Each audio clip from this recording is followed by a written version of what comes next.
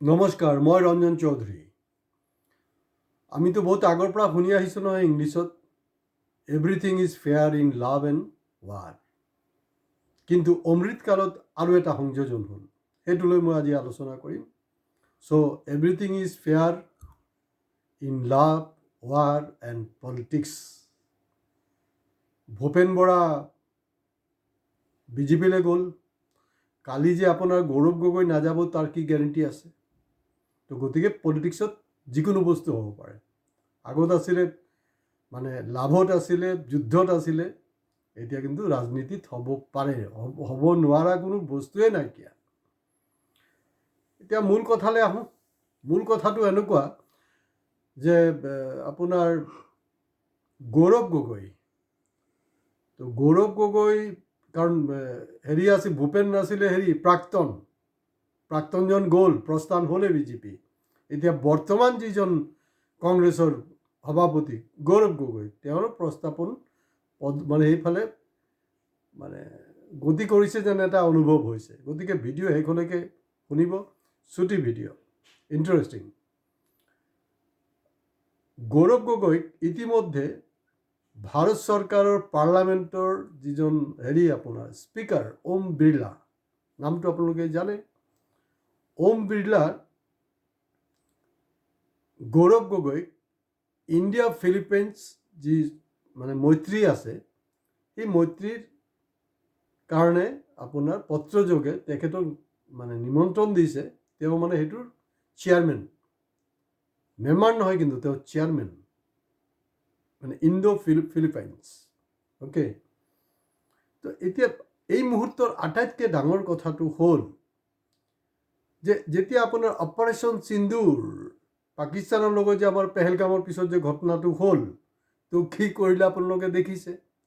আজি কপতি বিশ্বগুৰুৱে কিন্তু ট্ৰাম্পৰ এই কথাটো খণ্ডন কৰিব পৰা নাই যে মোৰ মধ্যস্থতাত তহঁতৰ এই অপাৰেশ্যন সিন্দুৰ নহয়, ট্ৰাম্পৰ মধ্যস্থতাত ইণ্ডিয়া পাকিস্তানৰ যুঁজখন বন্ধ হৈছিলে।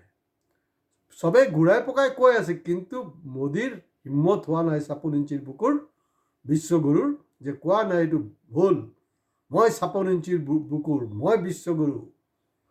তো গতিকে এইসব ফাল্টু বকৱাছ নকৰিব, এইবিলাক ক'বলৈ সাহস নাই। এনেই 56 ইঞ্চ যোনে যাৰ 56 ইঞ্চ আছে ন, দাৰা সিং গব্বৰ সিঙে কেতিয়াবা কৈছিলে নেকি মেৰা 56 ইঞ্চ কা চিনা হে?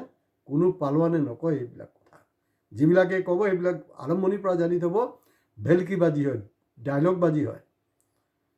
তো এইটোক লৈ অপাৰেশ্যন সিন্দুৰ হ'ল।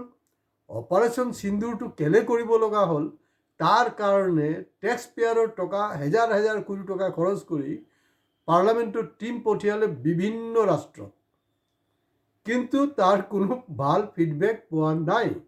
চ' এণ্টায়াৰ যে বিদেশ ভ্ৰমণ, এইটো আছিলে ছুপাৰ ডুপাৰ ফ্লপ।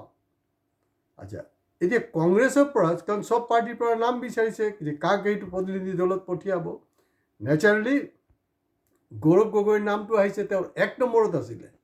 কিন্তু যেহেতু পাকিস্তান এজেণ্ট, তেওঁ এতিয়ালৈকে কিন্তু পাকিস্তান এজেণ্টে, কাৰণ অলমষ্ট ডেইলি আপোনাৰ হিমন্ত বিশ্ব শৰ্মাই কিন্তু এইটোৰ ওপৰত আপোনাৰ বক্তব্য দি আছে, প্ৰেছে পাই আছে, এতিয়ালৈকে শেষ হোৱা নাই পাকিস্তান এজেণ্ট।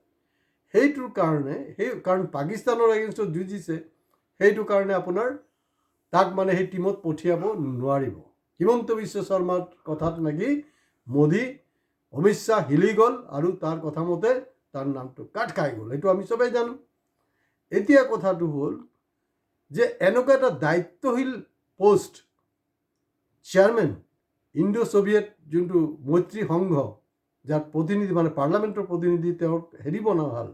ইয়াৰ আগত তেওঁকতো মেম্বাৰেই কৰা নাছিলে, এইবাৰতো দেখোন একবাৰে চেয়াৰমেন পাতি দিছে। ইয়াৰ অৰ্থটো কি? ইয়াৰ অৰ্থ কি মানে আপোনাৰ 1 ষ্টেপ আগবাঢ়িছে নেকি গৌৰৱ গগৈ, বা তেনেকুৱা কিবা এটা ইংগিত পাইছোঁ নেকি?